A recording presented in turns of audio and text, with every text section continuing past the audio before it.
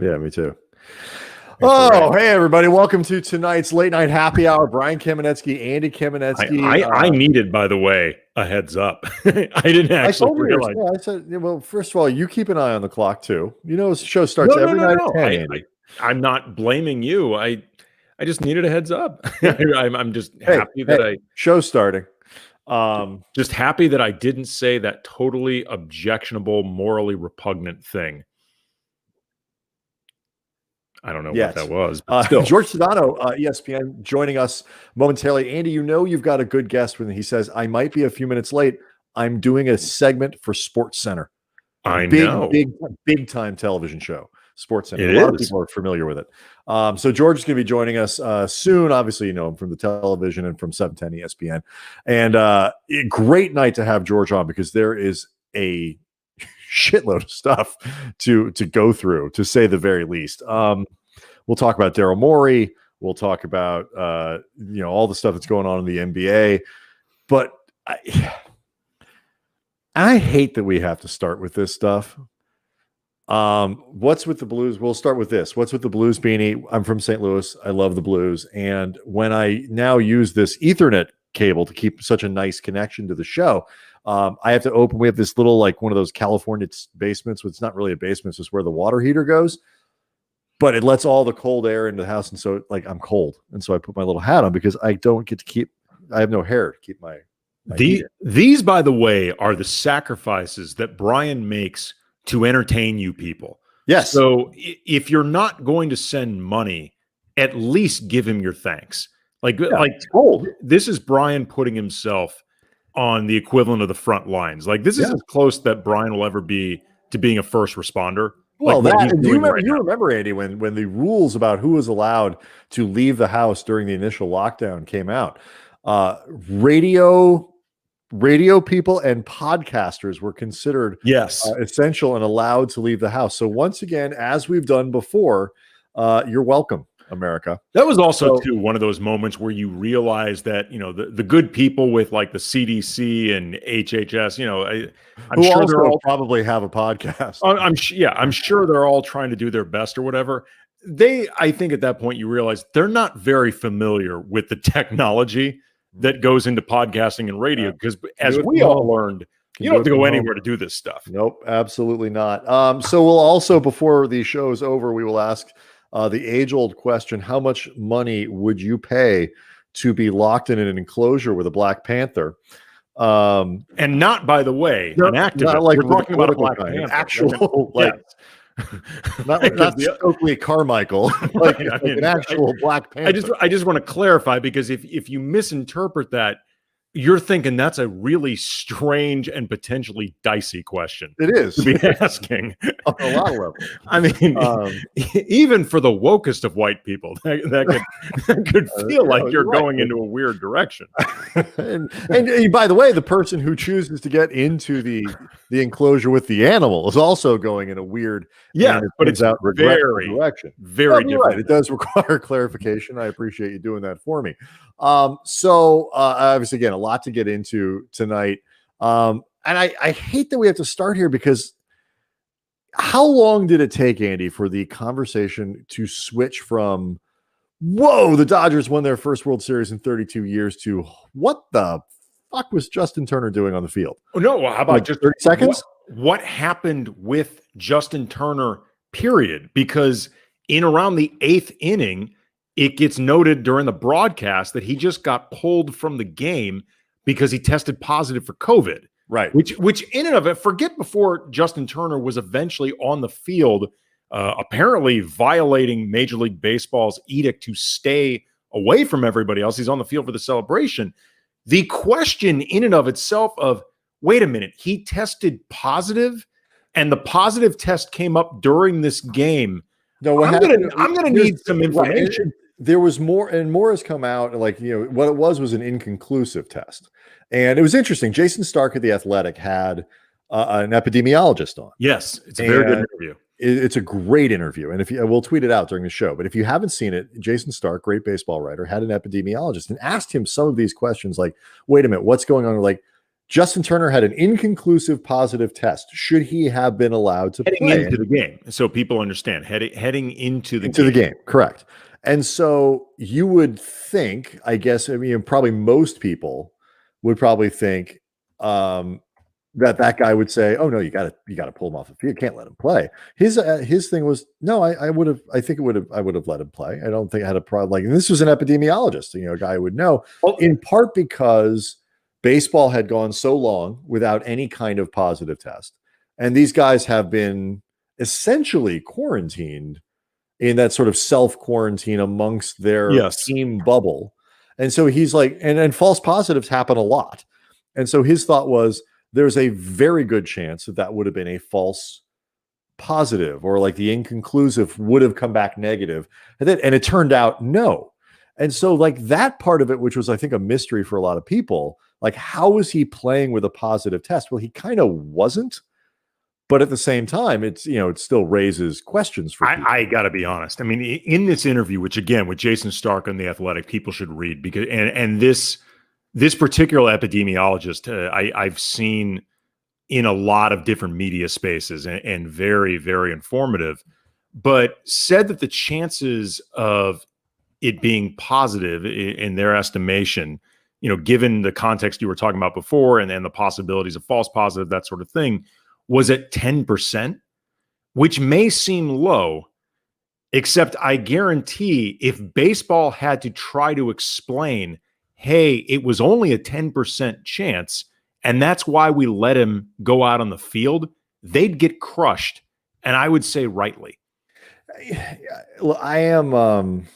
I mean, if we're really being honest about it. No, I understand. And I don't think there's a right answer here. And I don't think there's necessarily a wrong. I mean, the flip side is, for a 90, this is the world that they have chosen to put to stage a World Series in. So like, you have to be prepared for this sort of thing to happen. But, for a 90% chance that something, again, we're using his numbers, not ours, but for a 90% chance that a test comes back as a false positive, or he tests negative, you're kind of fundamentally altering the potential outcome of the World Series. Like, there's a lot going on here. Jay Franco G asked, was the epidemiologist named Dr. McDodger fan? Well played, sir. Yeah, maybe. I don't know. Sector Cruz says, I work in a hospital laboratory, and that was our topic the entire day. Justin Turner. It's fascinating, because I mean, Justin Turner is, so I mean, the mechanics of this gets into, like, did Major League Baseball have the right protocols? Like, did they have good rules set up for contingencies and stuff like that? The most amazing question is, what would have happened if the Dodgers lost that game? Like, how the hell do they handle this? Do you have to quarantine like all the Dodgers? Do you, like, who is allowed to play in Game 7? Like, when do you play Game 7? I don't know. I mean, I don't know stuff. I don't know what the limits in terms of rapid testing, at that type of turnover that they'd be looking for, essentially 24 hours or less later. I think it's less about rapid testing as it is about the incubation period for people who might have been exposed by Turner. I don't know. It's like when you, you're right. It has less to do with that. No, you're correct. You're correct. You're correct. Fortunately, we'll never find out.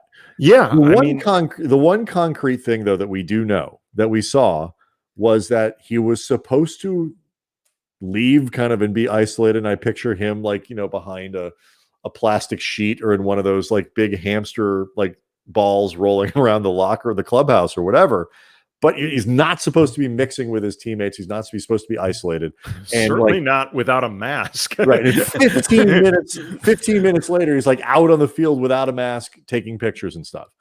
It was and I love Justin Turner. He is a really good person. It was a terrible look. I mean, here's the thing. I mean, Justin Turner has had, he's been with the Dodgers for a long time. He has had for a long time a reputation as a great guy, great teammate, great leader, terrific in the community, very generous. We've been, in this particular market a long time. We are in and out in terms of, our time around the Dodgers, but I've never heard a bad thing about Justin Turner, and that's telling for how long he's been with this team.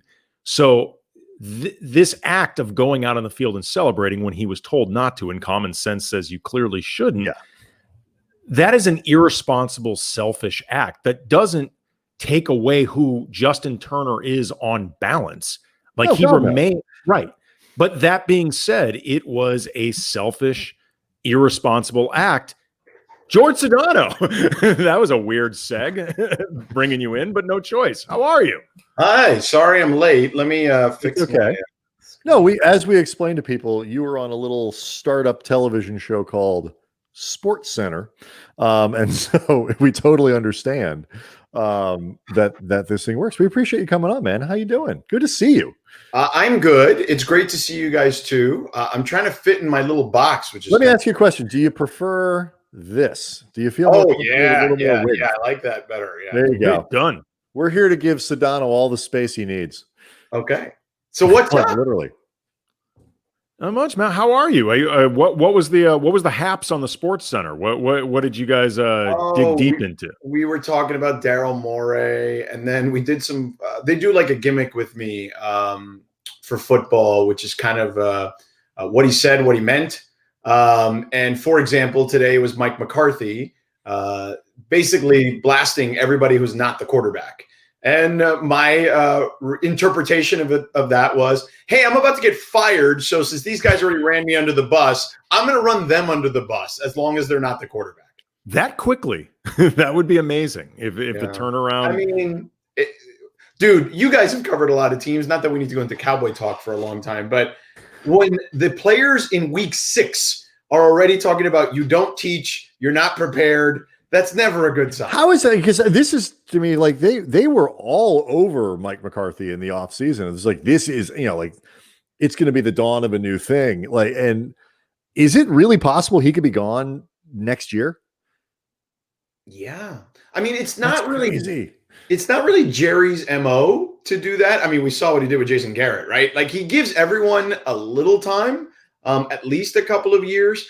But if it's that bad, I mean, if it's that toxic a situation, and it seems like it is, according to reports, like you kind of have to believe that they're going to have to make some changes, or Jerry's just going to have to get rid of the entire damn team, which, look, in football, I know people say it's easier to fire the coach than the player, but how many guys in football are expendable as far as your roster's concerned?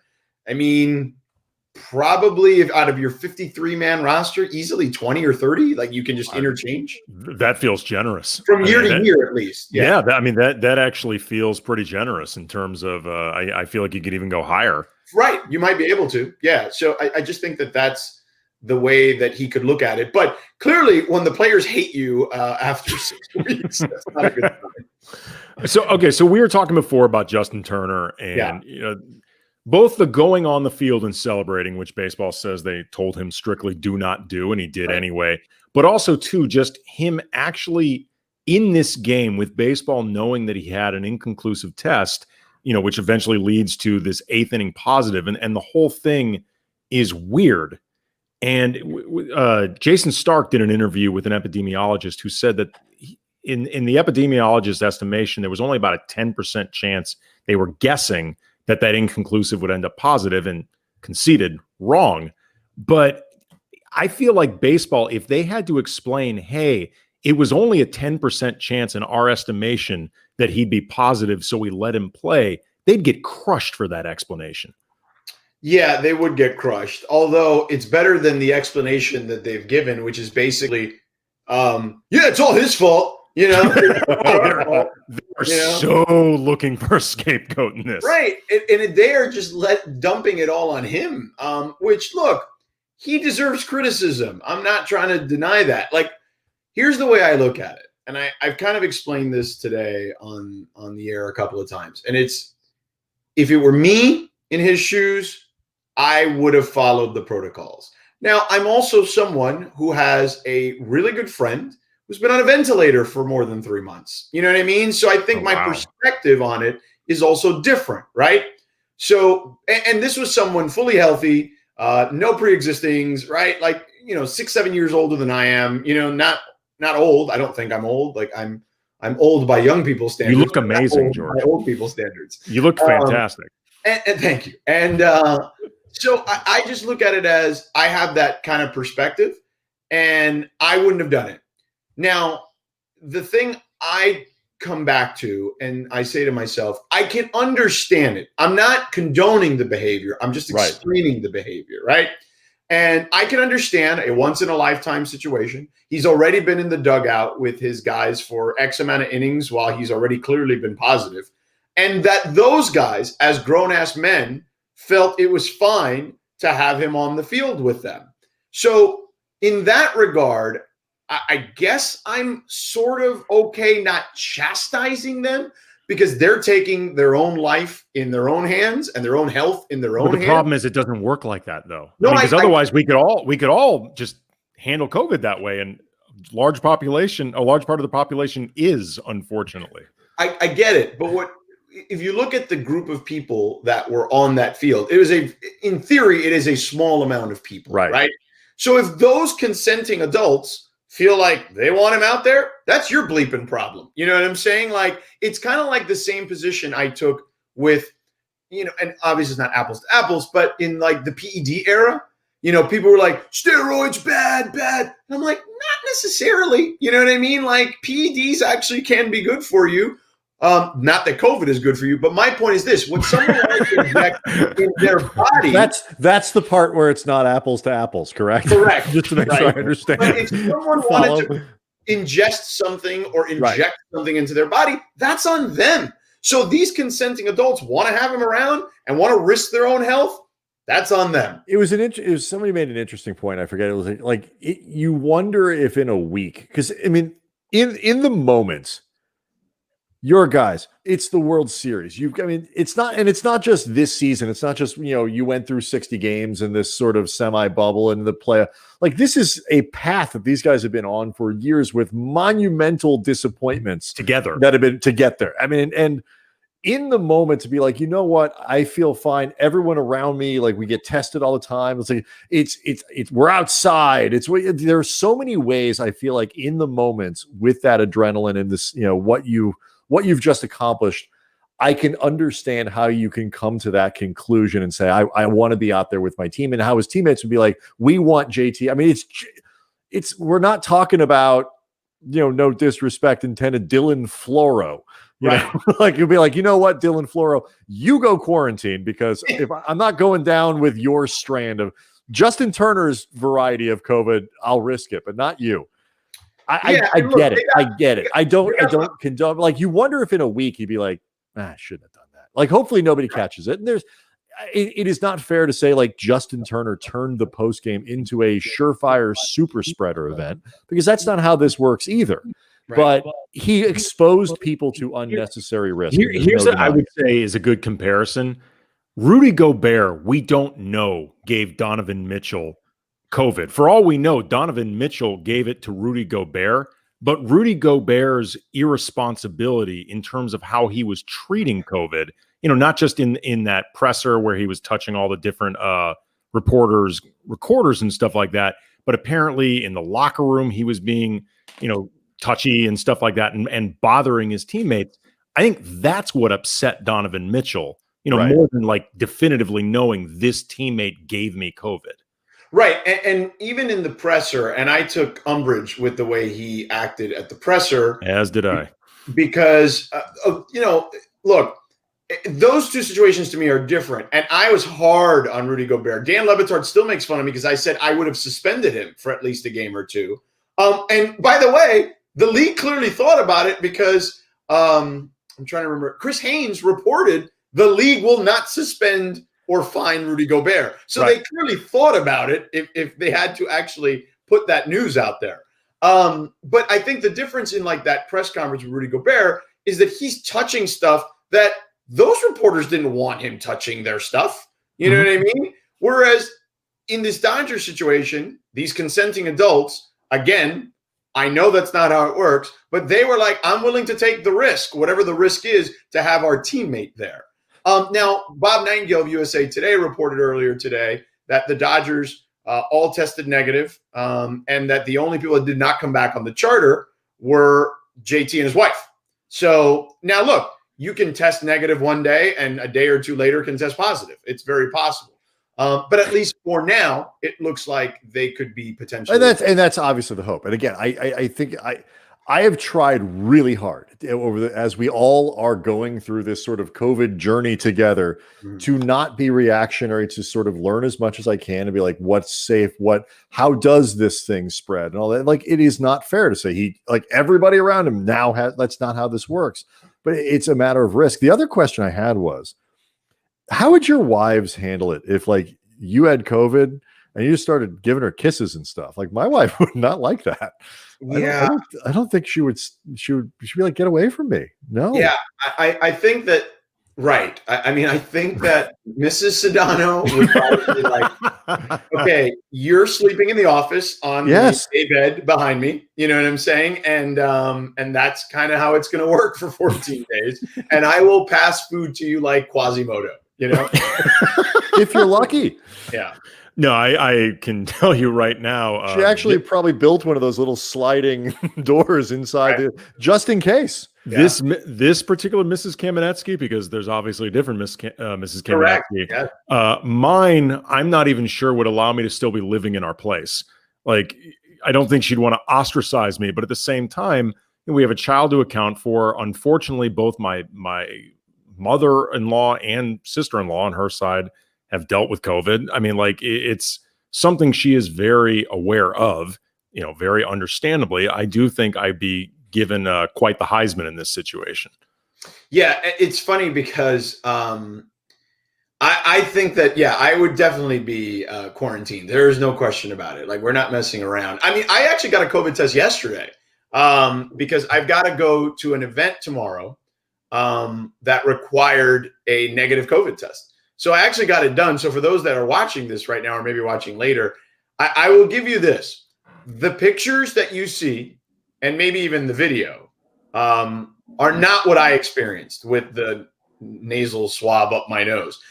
The best way to describe it is when it was happening and the doctor put it up my nose, by the time I said to myself, oh, that feels a little weird, it was out and already in the other nostril. So it really wasn't as bad as I thought it was going to be. She didn't go up. I mean, she might have gone up to my brain, but it didn't feel like that. That was a great sentence. And I wish I had been quoting, like really writing it down, like when he put it all the way up in my nose, or however you phrase it. There are so many sentences that we just never would have thought about in the pre-COVID era that are kind of weird and delightful in that way. These are weird times. Like, we were talking, like, what the hell would they have done if there was a Game 7? Oh, well, clearly they would have had to have suspended play for at least a day or 2 or 3 to make sure everybody's in the clear, whatever the requisite amount of time was going to be, and then picked up Game 7, which means that Justin Turner probably would – no, there's probably no chance he would have played in a Game 7, which would have been bad for the Dodgers, obviously, in that situation. By the way, how bad is the baseball bubble that someone got COVID? I where it came from, like, I am fascinated by this. Like, I want to go backwards, like, for I'm less concerned about the contact tracing of Justin Turner, which should actually be pretty easy. It's like Dodgers personnel, and like, I guess people who work at the stadium. I'm like, I want the contact tracing for who like was around JT, that he got it. Because I mean, if you read a lot of the stories, like, Turner has been one of the guys who's been very hard on teammates, being like, guys, we are not going to let COVID fuck up this team and screw up this season. We are too good for that. Like, all season long, Justin Turner. So I doubt he was out like partying like those 2 Cleveland Indians pitchers were. No, I don't expect that. But my question is, like, I know what the NBA bubble was like, and I feel like we got really good reporting as to how the NBA bubble functioned. I don't think and I'm not trying to knock anyone who was there, and maybe baseball did not allow access or information to be disseminated, but I don't know anything about the measure. That's actually a really good point. And I hadn't even thought about that, but somebody yesterday, I was talking with a friend of mine, like, asked me about the baseball bubble, and I started to respond. I realized I don't know a thing about it. Like, I really don't know anything about baseball's bubble at all. Which really should have been called the base bubble. Right. It should have been called the base bubble. There's no doubt about that. But I always think of the stuff when it's too late. Yes. Yes. I mean, you really had like, weeks to figure it out. I mean, like, I feel like all of us got a really strong sense of the Disney World bubble and like what that was really like. Yeah. I don't know a thing about the it's because the NBA let people in, and they're unique in that regard. I mean, the access that I think writers had to the baseball bubble, however it was constructed, was relatively limited. And hockey, for example, didn't even let reporters in there. There was literally no media inside those bubbles. Right. And so, the NBA deserves credit for letting people see it. That in and of itself turned out to be a bit of an oddity. So, well, but think about it. If you went to the NBA bubble as a family member or whatever, like you still had to quarantine for 7 days. Like that was the rule. And anyone who was tier 1 had to quarantine for 7 days. So anyone who did, now in the media circles, that would be, I guess there was probably 10 writers from across the country. And then like anyone who did sidelines, right? Like whether it was Rachel or Cassidy or whoever, right? Like they had to do the 7-day quarantine. So, and then anyone who was tier 2, only had to do a shorter quarantine, but they had no interaction with the players or coaches or anyone in tier 1. Like you had like real separation. I don't know anything about, to your point, Andy, about the Major League Baseball bubble. I don't know any rules, any regulations, where the players stayed. Like we literally knew the hotels that these guys were staying at. We knew the hierarchy of the hotels. Right. We knew which teams were in the great places, which one were in the, relatively speaking, worst spots on Disney. The Grand Destino, baby. That was the spot to be. I mean, look, the two representatives from the East and West both stayed at the Grand Destino the entire time. I don't think that's a coincidence. Well, that was actually something that I wanted them to I do think it could be a coincidence, but I just figured it sounded better if I said I wanted them to add this to both the play-in and also the actual playoffs once they began, that like the stakes would involve you get to upgrade your hotel if you like beat a higher seed or if you eliminate somebody. That happened. But also you can move somebody to a lower. You can somebody. Like there's somehow like if like you win game 2, like Portland after beating the Lakers in game 1 of that series got to send them from their hotel to like the Pop Century. Yes, like I because your hotel was currency. Like that really was like when you have all these different millionaires all in the same space, they're all being catered to. The one thing you can really lord over everyone else, because you can't go anywhere, like you can't show off in any other way, it's your room. Yeah. Like that and your location. That's really it. That's your flex, unless you have a coffee machine. That is unless you became a coffee impresario like Jimmy Butler. Yeah. We need you to explain Florida to us coming up. We have to make sure. Well, we'll save enough time for you to do the best you can. Yeah. But the NBA, I mean, it's amazing like how fast you can change the subject from the Dodgers have won their first World Series in 32 years. There's a ton of NBA stuff going on now, though, too. Like, the Darryl Morey thing was one of those moments where you check like 3 or 4 times to make sure that's an authentic Woj tweet before you retweet it. Like I looked, and then I looked again, and then I was like, "Who's already retweeted it?" I was genuinely shocked by that. I was not, but I also because you know things, George. But I did know that one because they had gone after him hard previously, and he didn't want to go there because it was right after Hinkie, who was his mentee, basically, right? So, and I don't know if he knew what they had there yet. Like he knew there was talent, but he thought he was clearly closer to a championship in Houston at that particular point. So I thought they'd make a run at him, and it just depended on whether he wanted to take a gap year or he wanted, wait just to see what else is out there, or if he wanted to really take that on. And so that was one of the things we talked about on SportsCenter tonight. And they asked me what I thought. And I said, listen, one thing is, I think this is the first step of a real transformation of that squad. And I think that everybody's on the table, basically, is the way I would describe it there.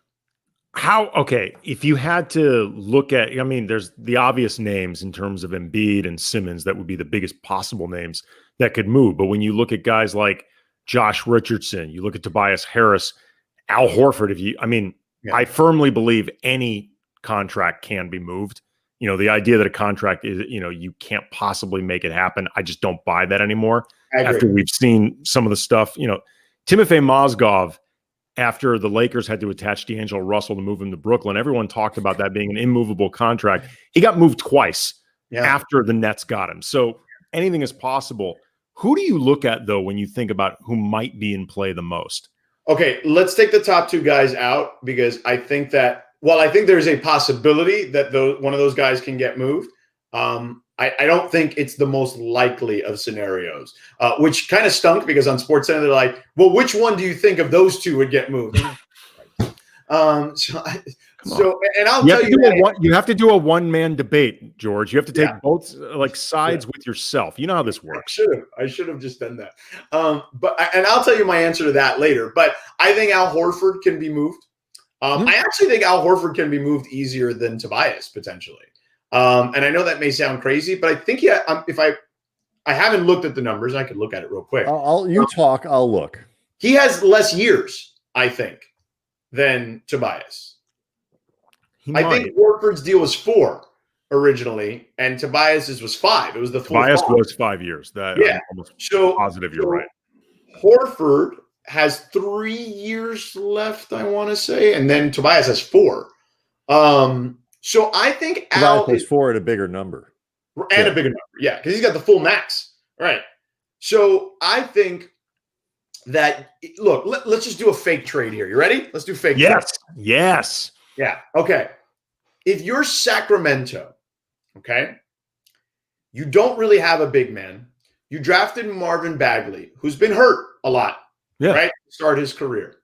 You've got a kid in Harry Giles who you're probably not going to keep because in theory, he's going to probably cost more than you would want to spend, right?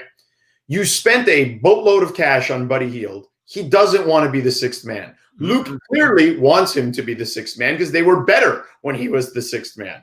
So what does Philly need the most? Shooting, okay? 3 seasons ago when they had Ilyasova and they had Redick and they had Bellinelli, those two guys, as in Simmons and Embiid, their net rating was like plus 18, okay? Then the next year when it was just Redick, it went down to like plus 9. And then this year, it was like plus 2. So clearly you need shooting around those guys if you're going to try to make it work. So why not trade Horford to Sacramento, who needs veterans, who needs a big man for a lot of their young guys? You attach a pick to it, right? And you find a way to get Buddy Hield. And you're going to be strapped no matter what. They've spent the most money. They're capped out. So you're going to have to trade big salaries for big salaries. Mm-hmm.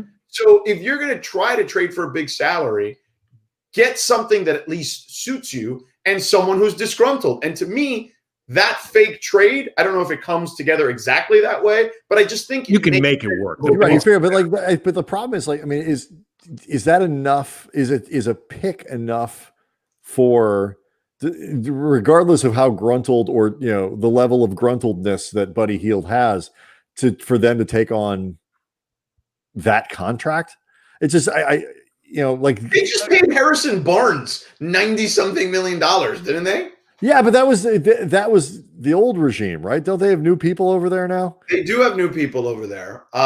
Actually, Monty Morris is also a Darryl Morey disciple, so that's why I think that a deal can be struck there potentially.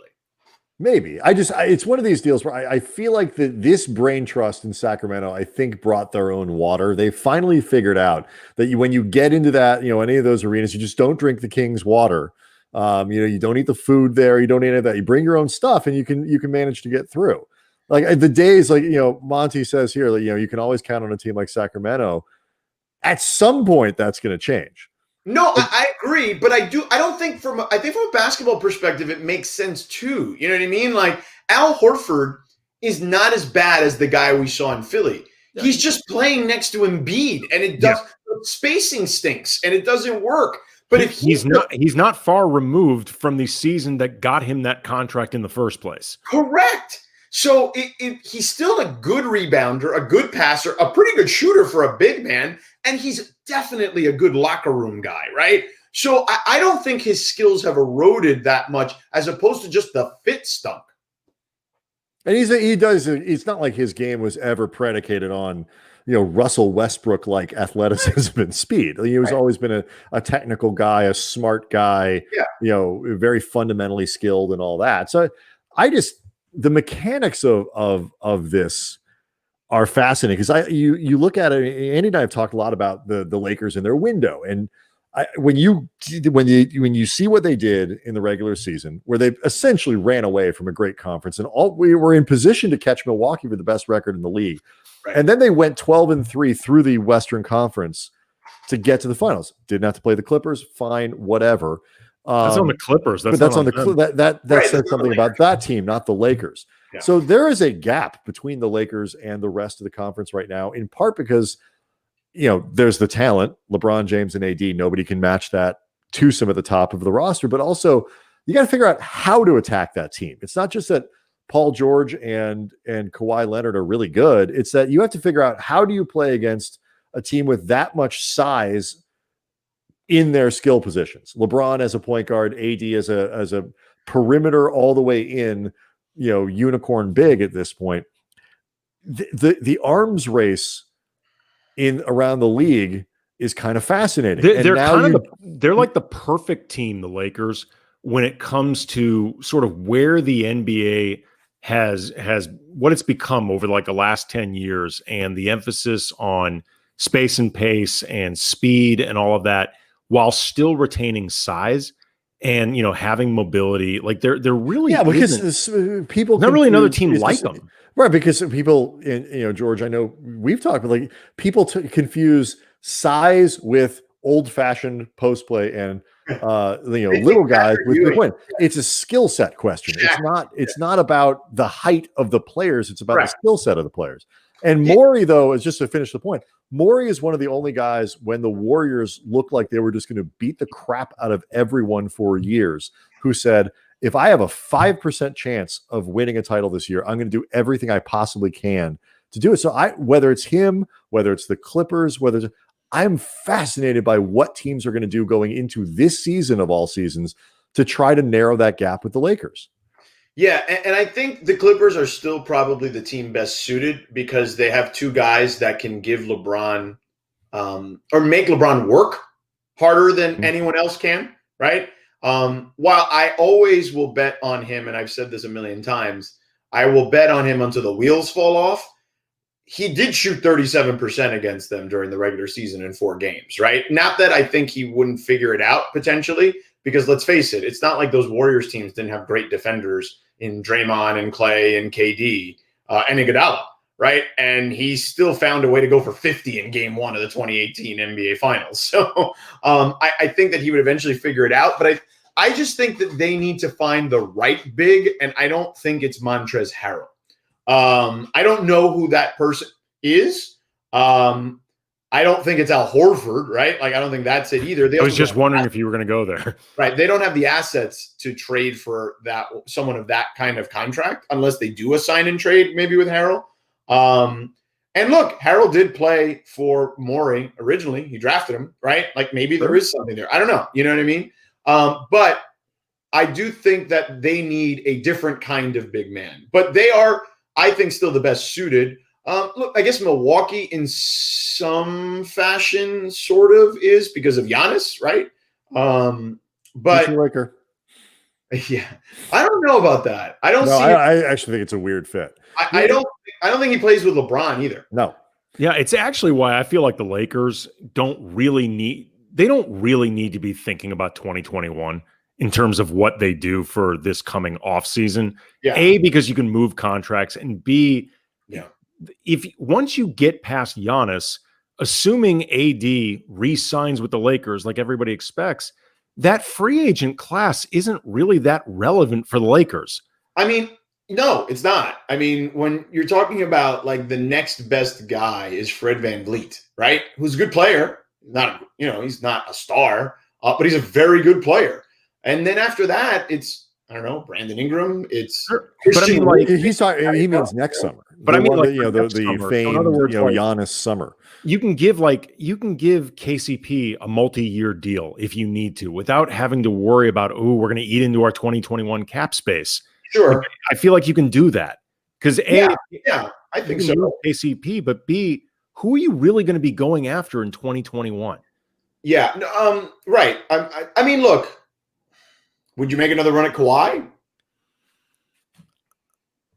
Yeah. I would. I'll say this is your intel or intel gathering better than it was last offseason?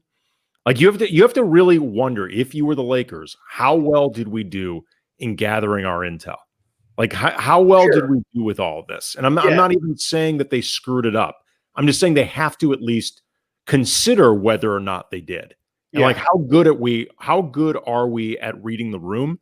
Because in a lot of ways they got lucky in terms of being able to build a team while still waiting on Kawhi.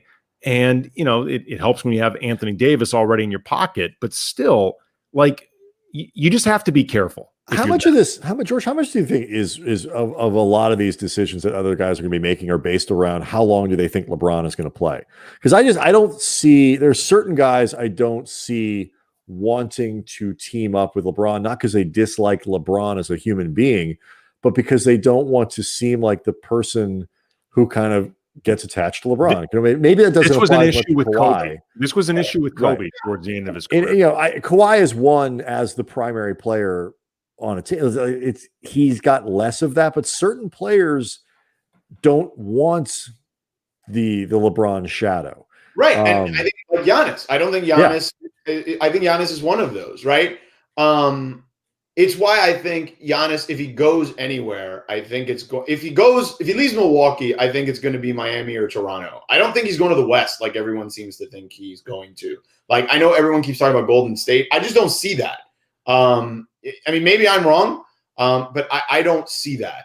And I think there are guys that fit better with the Lakers. Like, is Bradley Beal probably makes a lot of sense. Oh, he'd make a lot of sense. Oh. He'd make a ton. I know Brooklyn wants him too, but I think he fits better with LeBron and AD than he does with KD and Kyrie. I have no idea how the Lakers make that happen. Defend that team with Bradley and LeBron. LeBron could spend entire regular seasons taking 8 shots a game with those two guys around him. Yeah, he could play until he's 50.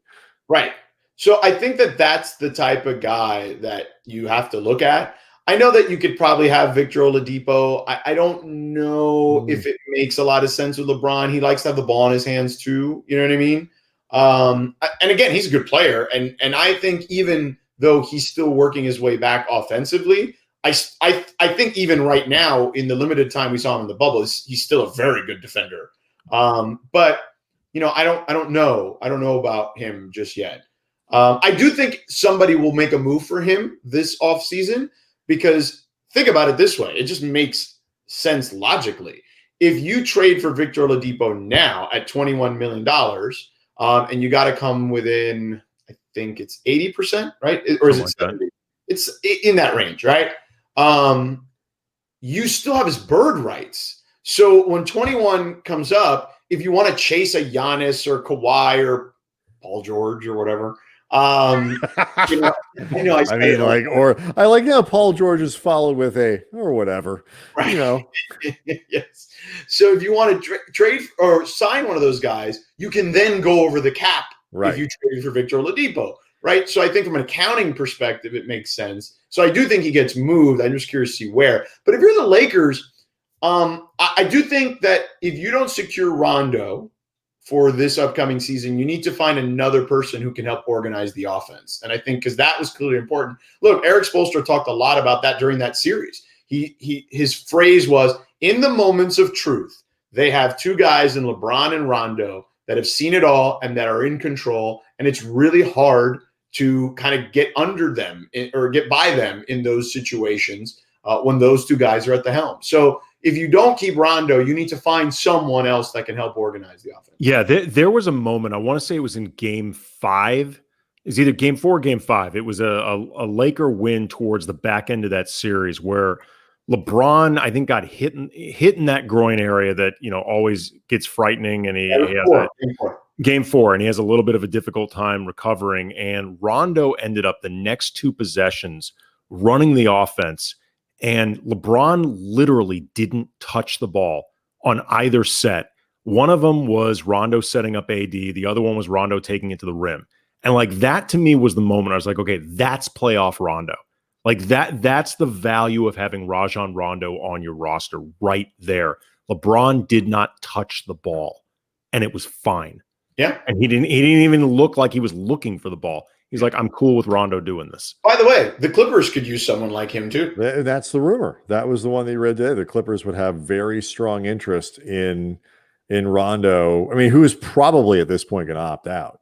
He definitely will. Oh, he should. So absolutely. And I think the Lakers can bring him back if somebody gives KCP 12, 13 million a year, which is probably going to come. The Lakers, I think, have to sort of match that because they really have no way to replace him. Mm-hmm. If Rondo gets 3 or 4 years from someone, which I don't think he will, that becomes a tougher decision. Yeah, I mean, it's Godspeed. I agree. But like if the Clippers go hard after him, I wonder if you could see like maybe that's a space where Ballmer's sort of general competitiveness leans out, gives him a little bit more, you create a bad contract just to make sure he doesn't go back to the Lakers. It's very possible. Look, they put themselves in this situation of we got to win right now. Yep. Those guys have an opt-out after next season, and I think particularly from a Kawhi perspective, right? Like as much as he likes being back in Southern California and living in San Diego mostly, right? Like he is on off days, he was in San Diego. I think that, which, according to the Jovan Buha story, right, that they were late on flights or whatever because they were waiting for him and all that kind of stuff, and that rubbed some people the wrong way. Which, look, dude, it is what it is. I could tell you stories about every team in the history of that sport that had something like that. Of course, with good players. So, I do think that they're under a lot of pressure to produce a championship next season. Or Kawhi could end up being one of these guys that says, okay, where can I go? Can I go to, who are the other contenders that you would look at, right? Like, can I go to Dallas, Toronto, right? Can I go to Miami? Can I go to Golden State, right? Where, you know what I mean? Like whatever. Like he could find himself in a situation where he can then pick and choose where he wants to go at that point, and the Clippers are screwed. And I mean, they're beyond screwed. I mean, when you look at everything that they gave up in order to secure Kawhi, which meant securing Paul George, Anthony Davis is expected to come back, and it's been expected basically this whole season. There's never been any concern he won't stay. But even if AD all of a sudden just decided, you know what, I want to go to Team X, I want to go home to Chicago, whatever. Yeah, the Lakers gave up a lot to get him.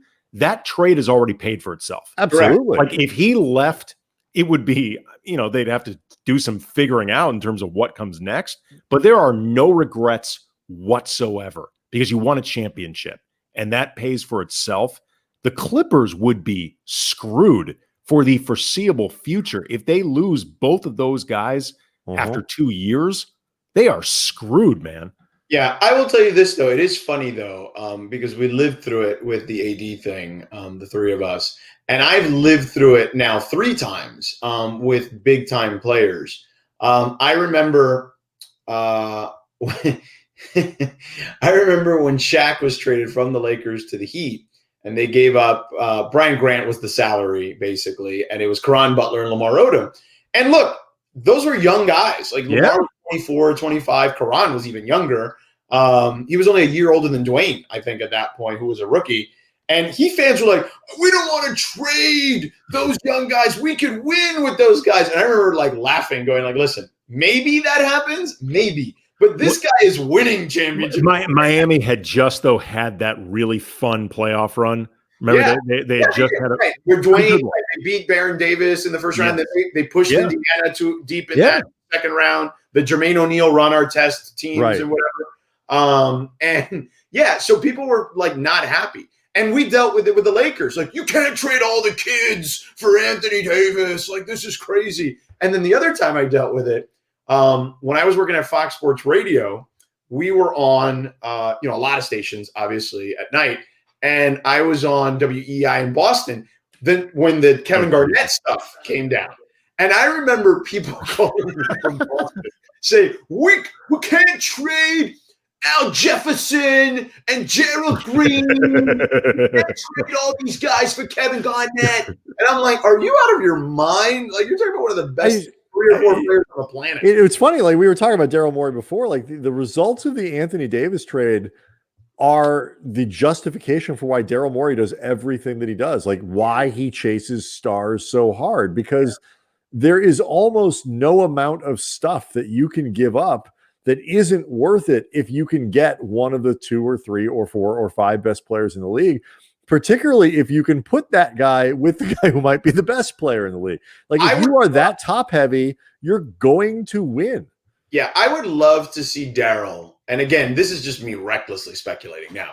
I would love to see Darryl try to poach James Harden and like just call Fertitta and be like, what is it going to take? Which one do you want? Do you want Embiid? Do you want Simmons? Right? Like, which one do you want? And just see if that happens. Because I don't think that's as crazy as anyone would think. Who's a better pairing? I think Simmons and Harden are better together. I'd watch that. So if you're Fertitta and you get that call, who are you choosing between Simmons and Embiid? If, say, you decide for whatever reason this isn't going to work with Russ, I want to get out of it. Steven Silas, right? I mean, with Harden. I'm sorry, not Westbrook. Harden. You're trading one of them. Oh, he'd rather trade Westbrook. He's not trying to trade. No. Harden. I'm sorry. I meant if you got to choose, if you decide that this isn't going to work with Harden. I meant Harden, not Westbrook. Right. Let's say Harden. Which of the big two are you taking back from Philly? Who do you want more? That's what I meant. Or Embiid? I think you take Embiid if you have Westbrook still. Right. Because I just think those two potentially would be a better fit than Simmons and Westbrook. I think. Simmons and Westbrook, people are going to automatically assume, well, they'll be great because they just want to run, but neither of them are good shooters, right? At least Embiid, you have to defend him, right, from out there. And clearly, if he wants to be, he can kill everybody down there. And I just think him and Russ, he needs like a Russ, to be honest. Like, I think like that from a personality standpoint, like Jimmy got the best out of him. I think that Russ could get some of that out of him too.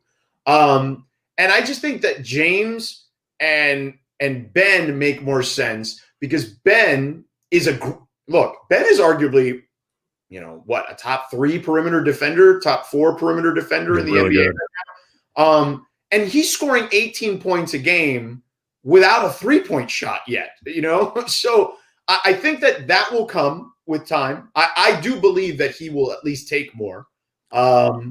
And if Darryl is going to be there and Doc is going to be there, I'm assuming he's going to take. This gets to the question of like, how do you make it work in Philly though? Because one thing that a lot of people, have pointed out is Simmons doesn't take any threes himself, but he's excellent at generating them for other people. So like you go back to when they were effective.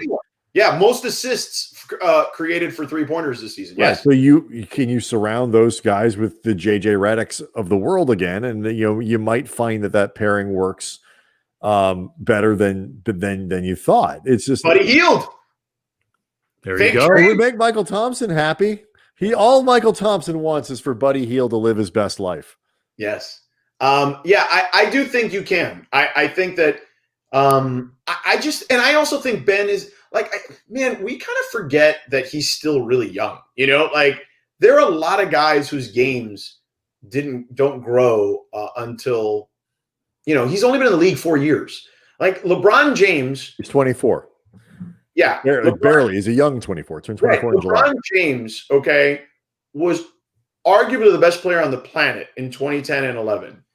And he probably still can't explain what happened to him in the 2011 finals when he didn't have a reliable post offense and wasn't really all that good a shooter yet still. No. You know what I mean? Like, So if LeBron James can deal with that at 26 years old, like, we can deal with Ben Simmons still growing, as a player. It's God, there's the level of impact and the intolerance for an imperfect player. If you are amazing at a lot of things, and he's a great defender, great passer, excellent rebounder, like he's an all-star already. Like, but there is a shortcoming in your game. It's like that. There aren't a lot. There are only 2 or 3 of these guys that are pretty much good at literally everything on the floor, and it doesn't happen. But even Luka can do anything you want offensively, except he's not a great shooter and he's not a good defender yet. It's like you start to break all of these guys down. Something wrong with everybody. LeBron and Kawhi, basically. Those are the 3. I was going to say the Lakers happen to have 2 of the 3. 2 of them. Which explains why they won the championship. Right. AD is in that conversation. Yeah. Yeah. I mean, you start becoming pretty hard pressed when you think about what AD can't do. I mean, maybe the worst element of his playmaking, like right. Maybe, like if he's not terrible at it, but like no, but the couple of games they lost were games that like in the finals. Was that the Heat really pressured him to make plays when he caught the ball right away and make decisions. And that was kind of rattled him a little bit, Yeah. But I mean, like, that's the weakest. But that's it. You're right. Like, that's the weakest part. Yeah, you're totally nitpicking in that situation. But yeah, like I just think with the Simmons thing, everyone overreacts. You know what I mean? And it's like, we did it with Zion, right? Like, I think a lot of people were like, oh, he's out of shape. He's this, that, and the other. Dude, he played 19 games. Like, what did you expect him to look like? And then when he came back in to New Orleans with right, that food, right. I mean, come on. Yeah, and again, he's 19 years old. You know what I mean? Like, he's got baby fat on him. Of course he does. You know what I mean? Like, he's a kid. Oh my God. Drives me crazy. Like, he came back from that thing. You're like, holy shit. What was that guy doing during quarantine? But damn. Yeah. We have reached a monster. Like, there's no question. If he's healthy, he's going to be a monster. He's insane. Oh my God, that team is. He's insane. going to be so good. Yeah. Like, really, if he can just stay healthy, like even if he never gets in shape the way you'd hope, but he can just stay on the court. Yeah, that guy's a monster. I actually love the Stan Van Gundy hire there. I think that Stan. People forget how good a coach Stan is. People think because you're only what people have what your lasting memory was, or your last memory was. And his last memory of Stan Van Gundy was Detroit, where the team stunk. But I think a lot of that was he took on too much there with dealing with being the president and all the stuff that came with personnel. Dude, that team was not that good from a roster perspective. And he got him into the playoffs, right? Yep. And Orlando, we forget that Stan was one of the first people to play 4 out around Dwight. It was Rashard Lewis at power forward, right? Shooting threes. And Hedo Turkoglu, right? Interchangeable, those 2 guys at 3 and 4. And then they had Jameer Nelson and Rafer Alston. And they had a bunch of guys that would just shoot the ball. Courtney Lee, right? Like they had a bunch of guys that can defend and shoot the ball. And Dwight in the middle, because, Dwight was a athletic big who would roll to the basket at that time. But that was innovative at that particular time. Totally. And he coached young guys. Dwight was super young when he had him.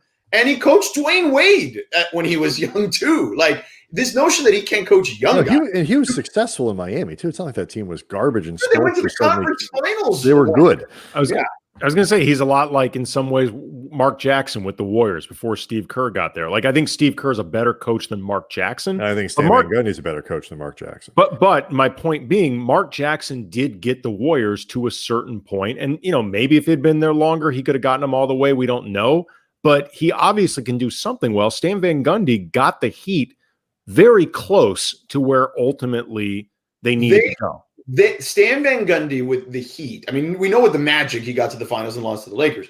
But Stan Van Gundy with the Heat got to a game 7, down to like the last 2 possessions of a game 7 against a championship level Detroit team with Dwayne Wade with a broken rib. Okay, like that's how close they were getting to a finals. Oh, I completely forgot about that. Dwayne Wade didn't play Game 6 of the Eastern Conference Finals because he broke his rib. Completely forgot about Eddie that. Jones started at shooting guard and literally shot the ball over the basket on one play. They got blown out in Detroit. And I'll never forget Shaq's face, like looking at him with disgust, like this mother bleeper. You know what I'm saying? Like, and then in Game 7, Dwayne came out. You clearly got a shot, right? Like we just assume, right? And then it ran out by halftime, and you could see in the second half he was laboring, like just to move. Ribs hurt. Stan was a really, really good coach, and that's where he had the falling out with Shaq, and later on the panic stuff. So real quick before we have you explain Florida. When do you think they start playing? Because Michelle Roberts talked today. The Adam Silver plan kind of leaked out. Which was 72 games starting on December 22nd, trying to get the NBA calendar back to as normal as quickly as they possibly can, because it's better for everyone from a revenue standpoint. Obviously, though, players don't like this, particularly Lakers players don't like this, because it means they have about a 44-minute offseason.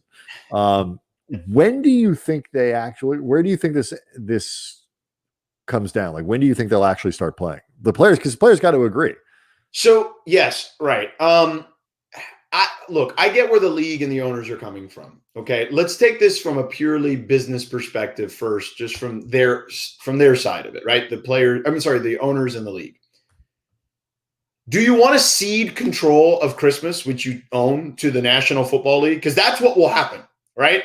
Roger Goodell is going to play games on Christmas if you don't. He's already done it on days where it's fallen on a Saturday or a Sunday. Like that obviously will happen, because that's the time of year where they even start playing Saturday games. So I think part of the logic, and I don't know this is me speculating, right? But I think part of the logic has to be, we can get back on a normal calendar, sort of. We can still get our premier event in the first half of the season, which is Christmas, and really own the first week, right? Because if the season starts on the 22nd, which is a Tuesday, we have that whole Christmas week of nationally televised games. Tuesday night on TNT, Wednesday night on ESPN, Thursday night on TNT. Friday is Christmas. We have the slate of ESPN ABC games. So I think that from a business perspective, that makes sense. Plus, you're also not opening the door for the NFL to be like, hey, we can now plant our flag on Christmas too. So I understand that. I get it from the players' perspective too. You don't want to start that soon, especially if you're the Lakers and Heat, right? Like you just – so I'd say even Boston and Denver. I mean, that's a pretty quick turnaround for them too. But here's what I would say. The season ended, I think it was October 10th, 11th, in that range. It's pretty, not long ago. Yeah. And if they started the 22nd, that would be about 8 or 9 weeks. A normal champion ends their season around June 15th to the 20th, let's say. And then training camps start again September 20th. So, it's another 3 or 4 weeks. I get that. But I think that what the owners in the league have over the players is still what they had over them during the bubble, which is, if they had to drop this hammer, they could just say, do you want us to tear up the CBA? Because we have an opt-out. And you don't want to do that if you're the players. And there's no good way to get from point A to point B. It's going to be painful for owners. It's going to be painful for players. And actually, in some ways, at least from a calendar standpoint, it helps the NBA that they can't, the 2020, 2021 fantasy of we'll have fans back in the arena by then. It's obviously just not something they can plan on. So they don't even have to try. Like what's the latest we can start the season and try to get the fan revenue? It's just not going to work. Like there's no way to predict that. And it doesn't look like it's going to be an option anyway.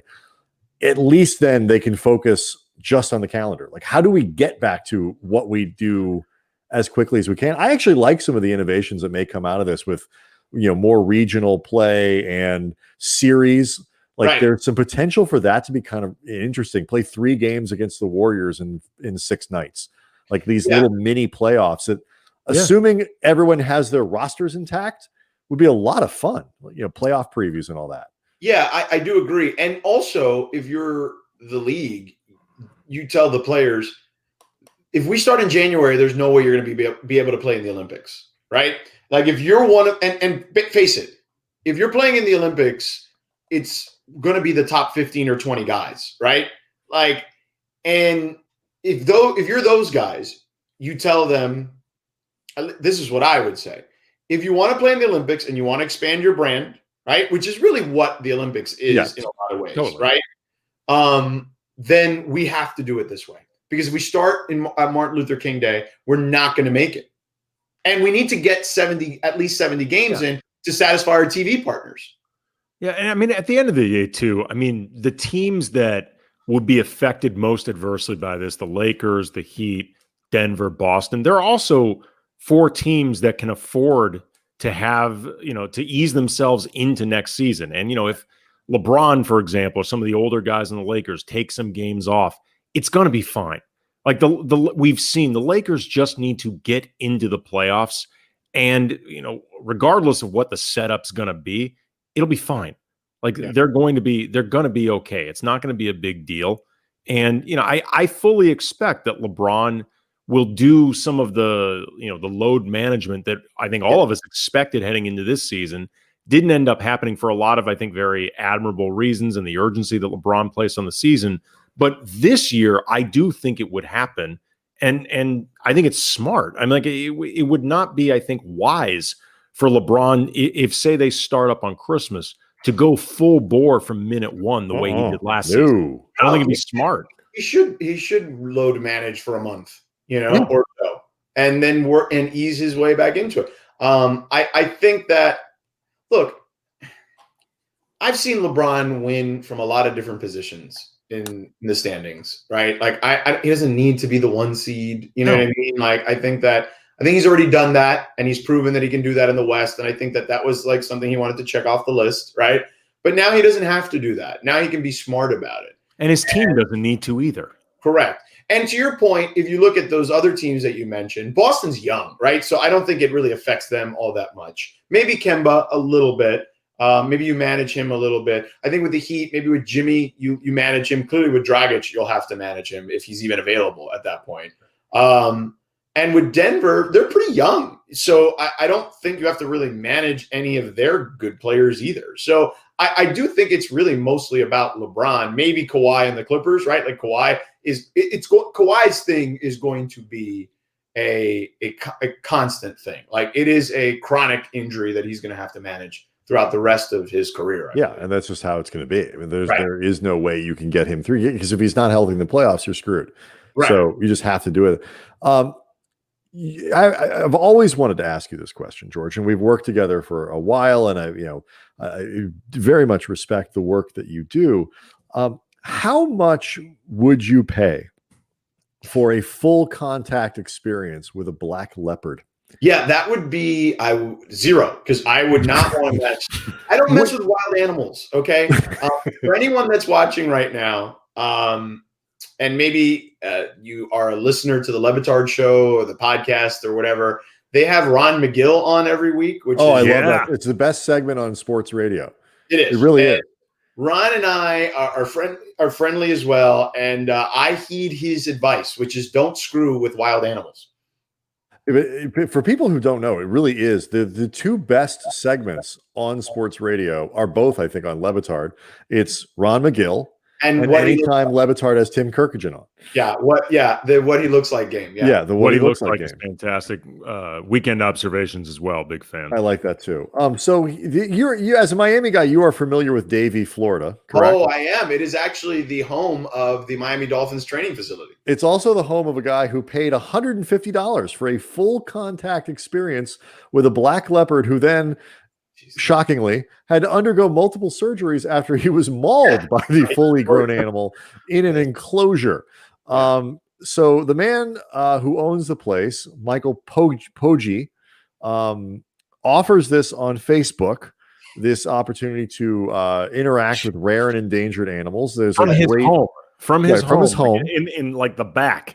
It's in the back at his house. Yeah. This all sounds very, very familiar. Yes. 50-year-old Dwight Kerner paid $150 for a full contact experience with his black leopard to, quote, play with it, rub its belly, and take pictures. What? Why is this? Why? Two questions. Why is this always happening in Florida? And then also, is there anything we can do to make sure these people aren't the people who determine the future of our democracy? Because these two questions are related. Why does this happen in Florida? So I do know the answer to this. Okay. Billy Corbin's a buddy of mine. He's a documentarian. He always posts really fun, wacky, crazy stories and a lot of political stuff. But he does post a lot of the fun, wacky Florida stories. And he's told me, because as a documentarian, he looks into all this type of stuff, that Florida basically has a law. And I'm going to try to describe this the best way I can, just from memory. Basically, anything that happens in Florida becomes public record. And everyone can access it, right? Anything that happens in regards to a police report. And I know that's generally the case in a lot of places, but there's not a lot of expunging of things in Florida. And I think that's the best way I can describe it. I know minors can get things expunged, but for adults, it's a lot more difficult than maybe in other states. So because of that, just a lot more crazy news is able to leak out. That may be, but it does seem to be because Florida is the worst real state in the. I've made this comment. There are certain states in the union that are filler. They're sort of the Vanderbilt of the SEC. Like you need to get to 12, so like you have Vanderbilt, or you have some of these other schools. Like they have. So you got to fill up the conference. You need Idaho. You need, a Louisiana. There's some places in the United States that aren't really real states. They're I like Louisiana. Listen, Louisiana was probably the wrong example. New Orleans in it, right? Good. But Arkansas is an eminently skippable state in America. Nobody would miss Mississippi if it were gone. Nope. I mean, really, filler. It's filler. It's filler. It's how you get to. Somebody decided we needed 50 states, and that's one of the ways you get there. You need Mississippi. And if we were doing a power ranking of the states, maybe the next time I'm on, we can do that. We can do like the power ranking of states. I would love this. Yeah. We should do it weekly. You should do them weekly. What's that? We should do them weekly. The Sedano weekly state power rankings, and then every week we could do like we did in basketball season, where I would then comment on your weekly power. You are very good with rankings, George. It's screwing with people's heads because I've seen you do this before. You're very good at that. I used to do the NBA power rankings. I know. That's what I'm saying. And every week you would do the NBA power rankings, and then I would rank your weekly power rankings by week. So like week 2 would be my number 3, but like week 4 jumped to week like number 1. That was my favorite thing to do every week. Now there was Florida, but my point is Florida is the worst of the Florida's a real state. It's a state that matters. It is the worst by far of any real state we have. It is strange, man. Like growing up there. So like the best way to describe it is this. And look, Miami's crazy on its own too. Miami's its own place. It's not Florida, it's Miami. Right. Exactly. And I would say actually those 3 counties down there, like Palm Beach, Broward, which is Fort Lauderdale, and Dade County, which is Miami, are like their own entity. You know what I'm saying? And like then there's the rest of the state with little pockets, like Orlando is like a pocket, right? Tampa is like a pocket. But then the rest of it is a lot of swampland. And in this swampland, you have people that swampy people. Yeah. You know what I mean? Like, it's the type of stuff you'd make reality shows about. And this story basically was Tiger King, but with like fewer hillbillies. Yeah. I mean, but that's really what it was. Like it was an upscale version of Tiger King. But dude, that's just Florida. Crazy people go down there because look, I'm going to quote Billy, right? Like, he says, he has a saying, when you want to become somebody, you move to LA, right? When you are somebody, you can live in New York, right? And then if you want to be somebody else, you move to South Florida, you move to Miami, right? And you move to Florida, right? And he's right. Like there's so many situations of people that just go under crazy aliases and just crazy crap happens to them there. it follows people there. It's why it really is. I mean, the state in general is an unbelievable news state, right? Like just the type of news stories like this one that come out and are there and happen there. And Miami is even worse because, I mean, we had a guy on bath salts like 7 or 8 years ago trying to maul people's faces. Like, do you remember that story? Yeah. Bath salts were a thing. Right. And of course it happened in Miami. You know what I'm saying? And literally 2 miles from where I lived is where this man was eating people's faces. So it is just one of those strange places. I don't have a great explanation for it other than it's just always been that way. The one big takeaway I had from this story, I mean, other than just, again, it's so fucking Florida, is the experience cost $150, to have this up close and personal interaction with a leopard. Which I can't tell, by the way, is that too much or too little? No, it's too little. It's way too little. Yeah. Like do you think who on God's green earth thinks that $150 is enough to be with a wild animal? You know what I mean? For some perspective, last summer, our family went to Mexico and we did a swimming with dolphins experience, which was amazing at this incredible, huge water park, all these different interactions you could have with different sea creatures. And it was about like somewhere between $150 to $200 for each member of my family. Mm-hmm. That was with dolphins, totally safe, trained at a water park with like marine experts. Yeah. That was like $200 or so each. Right. No safety issues whatsoever. No, like you don't go bargain shopping with wild animal interactions. Like generally speaking, look for the expensive stuff. But I had a Groupon. Yeah, exactly. Well, look, this is also the area of the country where in South Florida, where there was a person who was claiming to be a doctor who was she was doing butt implants and she was filling people's butts with basically cement. You know what I mean? Like, it's like the craziest crap happens there. And that story is an everyday story. And like, when you talk about animals, like, dude, so I don't want to I'm not trying to diminish this, right? Like, no, I'm glad he survived. Like obviously what happened to him was terrible. No. I'm talking about the animal part of this. Like, oh, okay. When the Michael Vick story happened, and I'm not trying to, I love dogs. I would never do that to a dog. And I think what he did was heinous, right? But I grew up in Florida where dog fighting, we had a pit bull growing up and he was stolen from us. And my dad had to go to this local dog fighting ring and pay money to get our dog back. Oh my God. What I'm saying? Like that is Florida. I've been to a cockfight before. I've seen it. You know what I mean? Like, when I was younger, when I was a kid, like you've been to a cockfight? I had a friend. I feel like you buried the lead for the last 8 years of our lives. When I was probably a teenager, I had a friend whose uncle owned a farm in South Florida, probably about 35, 45 minutes outside of the city. Right.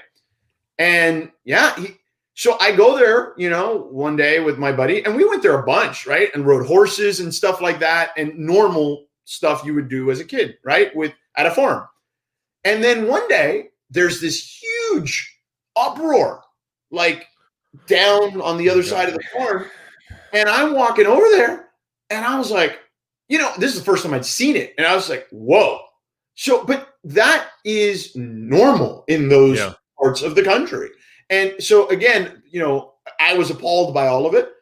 So PETA, please don't come after me. I was a teenager and I just witnessed it. George couldn't laugh at the little Jerry Seinfeld episode because but I was or the Social Network movie, right? With what's his face? What's his name? The actor Jesse Eisenberg? No, the other one. Oh, Armie Hammer? Spider-Man. Oh God. Social Network, Andrew Garfield. Andrew Garfield, right. Where he has the it's a situation where he's yes. He gets a fraternity, and they make him eat a chicken and whatever it was written in the newspaper.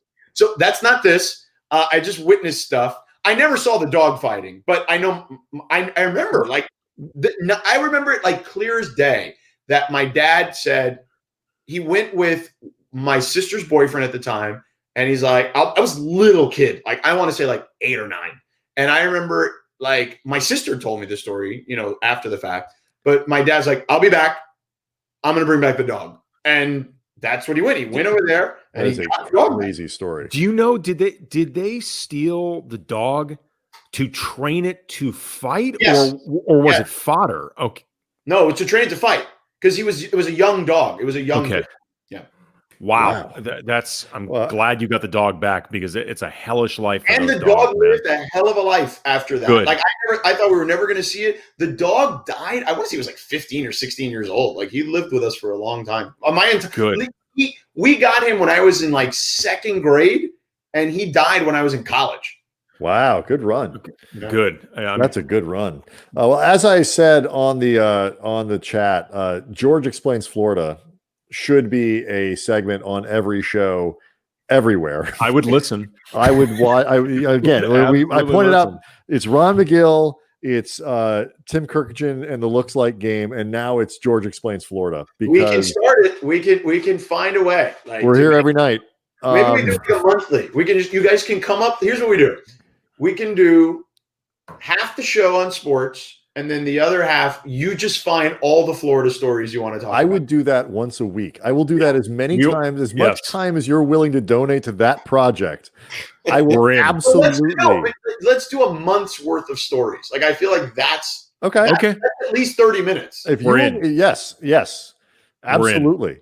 Yeah. This before we let you go, I don't know how to respond to this, but the kid in NYC, the lamp behind you was pissing me off, and I don't know why. I don't know what you're supposed to do with that information. It looks like a nice lamp to me. Yeah, it's just a lamp in the corner, and if we need extra light, if someone is laying on the daybed, they put it on, and there's extra light. You don't want the big light, on the ceiling. I don't know. Yeah, there's me and LeBron, by the way, back there. Nice. Look at that little flex. And Dwayne Wade on the other side of the lamp. Yeah. It's gonna be awkward when those guys come to use the daybed. Yeah. Sorry, guys. You have to look at yourself. All right. So we now have a thing that we're gonna be able to do going forward, which you probably are underestimating how excited Andy and I are. Oh my God! To do that. I'm gonna start bookmarking. Once a month, we can do a half sports. Coming November 28th. Yeah. Well, that might be Thanksgiving. I'm not sure. So we might whatever one is closest. Let's go after Thanksgiving. Yes, after Thanksgiving will be the debut of George Explains a month's worth of Florida, which is even better. Yeah. Dude, I know you've been working tonight. You're always working crazy, and we appreciate it, man. Always appreciate the time. This is man. I love it. I'm happy to do it. I think you guys are awesome. I watch the show. I tell you guys all the time. No, we've seen you. We've seen you in there. We appreciate it. So. Yeah, Dwayne Wade behind your daybed. We see you there. Yeah. I mean, look, if I go up a little higher, then you can see me and Mike Breen and Doris Burke right there behind me. Wow. Ooh. The whole point of this guest room is just in the daybed is to impress the hell out of this. Is a very this is your life behind you right now. Like you're the professional. This is your life. My wife was the one that got me to do this. So she says, you work a really cool job and a fun job. You're on the road a lot. You should document some of this stuff. Yeah. She's right.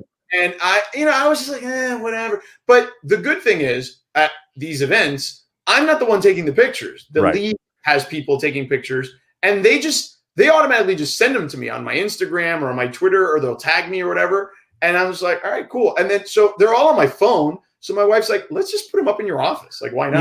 You know what? More. You want to see some more pictures? Sure. Yes. Come on. So here's one. Hold on, let me grab this. These are mixed tiles, so they're actually glue on the back, if you see here, which is nice. You don't have to make holes. So this one is Dan Le Batard's wedding. Oh, wow. I've seen that photo on Twitter before. Yeah. Beautiful. What a beautiful venue. Entire crew there. Yeah. Dan Patrick is back there behind me. I see Cody up front. Yeah. Tony Reale next to Dan. That's Katie Nolan. Mike Ryan at the bottom. Then you have, hold on, I'm trying to. That would have been a very fun wedding. Yeah. Sarah Spain, Dan Patrick, me Izzy. I see Izzy there.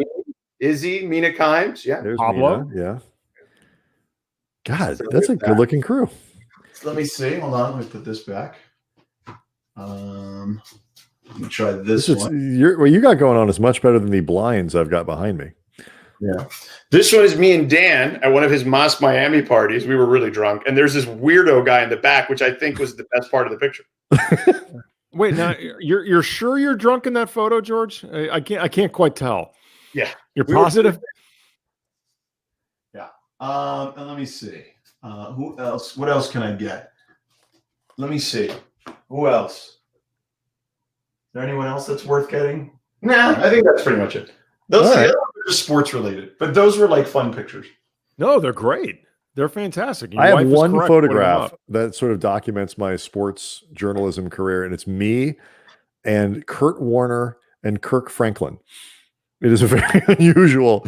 Wow, that is. I mean, actually, the two of them would be friends makes sense because they're both, deeply religious people. But that I would have my one photograph of like my sports life with those two guys is, and I didn't even want to take it. The guy was the photographer for the story insisted on it. So you know what? I did it wrong. You were smart though, because there's been a few times, like Brian and I years ago got Gary Oldman for an interview, and he came into the 710 studios for this, and afterwards, I was like, man, we should have gotten a photo with Gary Oldman. Like, we should have. Like it, and the thought crossed my mind. We have one though with Danny Trejo. Yeah. Oh, that's cool. Yeah, he came in studio too. But it was like one of those things where I thought about it, and then I felt like embarrassed to ask. And like within like 5 minutes of him leaving, I'm like, man, you should have. Because he would have said yes. They kind of if they're coming in studio, yes, right? They have to assume that there's like we should have. It was actually dumb not to. So you did this right. But so good for you. Yeah, I just, my wife convinced me to put them up, and I'm like, it makes sense. So I put up some personal ones, like the wedding photo from Dan's wedding, and just like there's some other ones. There's like one with me and Dan's mom. We all know Poppy, but nobody knows Mommy. And she's actually, she's the boss, is what the way I would describe. Always are. Yeah, Mommy of any because that's the smarter way to handle it. Yeah, it just is. All right. Well, this is exciting. After Thanksgiving, we've got something to do. We got it. We will revisit these things, and good Lord, Florida is a very fertile place. Hopefully, it doesn't provide a certain amount of a certain type of shenanigans in between now and then, but we'll see. We're not doing a show on Tuesday. By the way, everybody know we're not doing a show on Tuesday. I've got other shit I'm interested in. We're just not doing this show. Yeah, I think all of us should take a break on Tuesday. I remember the Lakers happened to be playing a game the night of the 2016 election, and I remember Brian and Travis and I were doing the post game, and we were like, our job has never felt more stupid and insignificant than this moment as we're breaking down some insignificant game against Dallas as for like Donald Trump just got elected like a 14-win team as Donald Trump became the president of the United States. It was ridiculous. It was the stupidest thing. Really dumb. So yeah, no show on Tuesday. Tomorrow, though, Ted Wynn is going to come on. Great NFL writer at the Athletic. I love him. I follow him. Yeah, he is a great follow. Has a great story this week up about with Jordan Rodriguez, who we also love, about what Staley's doing with that defense right now, why it's played so well. Farley Elliott from Eater LA is going to join us on Friday for a fun show. So that'll be a lot of fun there. And we'll just talk food, and we'll talk all kinds of, he's a sports fan too. So Jorge Sedano from the ESPN, I believe. The ESPN, the four-letter network, as some people. Thank you again. This was fun. Dude, we appreciate it, man. Thank you very much. Always fun. You guys stay healthy and stay safe, and your families as well. And I will talk to you in a little over a month. Sounds absolutely, great. Man. Thank you. Stay safe, man. See you.